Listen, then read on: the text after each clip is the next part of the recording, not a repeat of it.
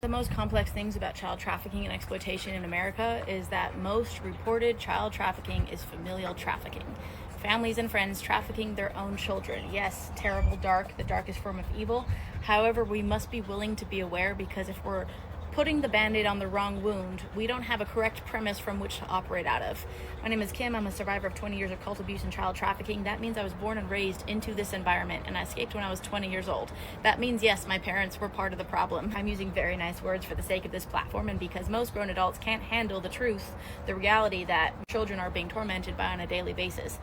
I keep my message pretty soft for the sake of helping this message be digestible for the general public, but the general public cannot handle the reality of what most children are experiencing when they're stuck in this realm of trafficking and exploitation. So yes, a lot of parents, to put it way too nicely, are part of the problem.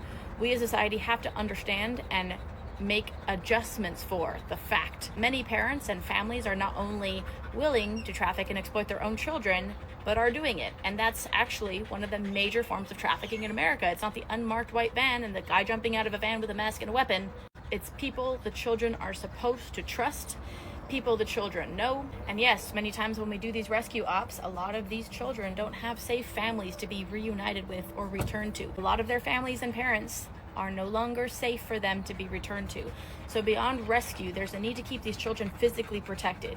The system is so broken, it's not designed to actually support, much less protect, these survivors of child trafficking. I've worked with a lot of safe houses and setting up trauma-informed survivor centers. It's a very complex issue. I'll talk more about aftercare and trauma-informed therapy and rehabilitation and what healing even means for a survivor of child trafficking.